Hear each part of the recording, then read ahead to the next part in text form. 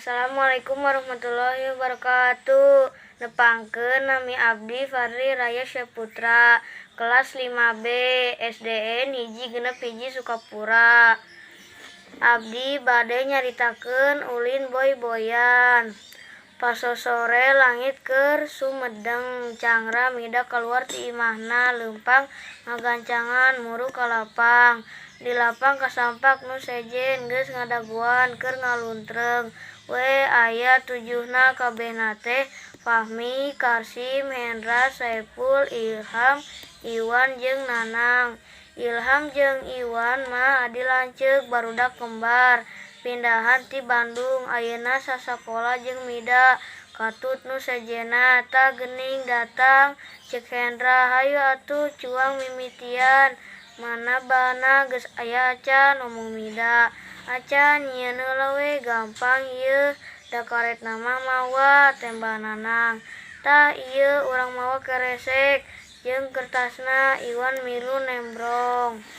Kertas teh tuluy digulung-gulung nepi ka buleut, geus kitu dibungkus ku keresek. Digulung-gulung deui kitu we tuluy, patimpah-timpah nepi ka ngajendul sagede peureup. Geus kitu kakara dibeungkeut ku karet, gelang ngara pageuh. Ari nu sawarehna deui neangan talawengkar, tuluy diketrokan sisina di rata-rata ngara buleud meueusan. Sanggeus meunang 10 siki tuluy dientep-entepkeun, sina numpuk ka luhur. Sok suteun heula anu eleh ngabalad jeung urang, omong Hendra. Tuluy kabehanana suteun, sanggeus kabagi 2 kelompok anu meunang suteun, kagiliran ngalung ti heula. Ulah jauh teuing kalang ngalungna misi bari hese beunang, ceuk Hendra ka Fahmi. Mida kagiliran ngalung ti heula, ngajangkal ngeplos. Ka dituna tuluy begilir saurang-saurang nojo tumpukan talawengka kakara, basa giliran Ilham. Bae teh keuna kana tumpukan talawengkar burulu. Talawengkar teh ngaburulu, gawat Ilham jeung Mida sabalad-balad.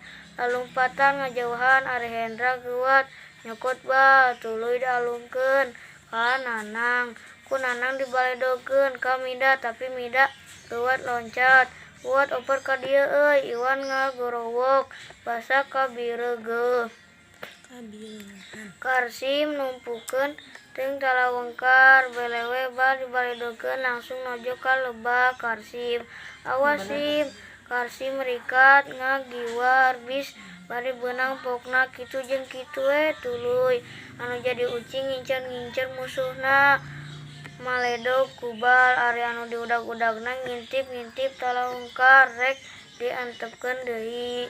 Basa bal ngabelewar ka jauh, Mida geuwat ngantepkeun deui talawengkar dibantuan ku Fahmi, tapi ku Hendra ditenggor ti kajauhan. Jeplak bal meureun pisan kana tonggo Mida.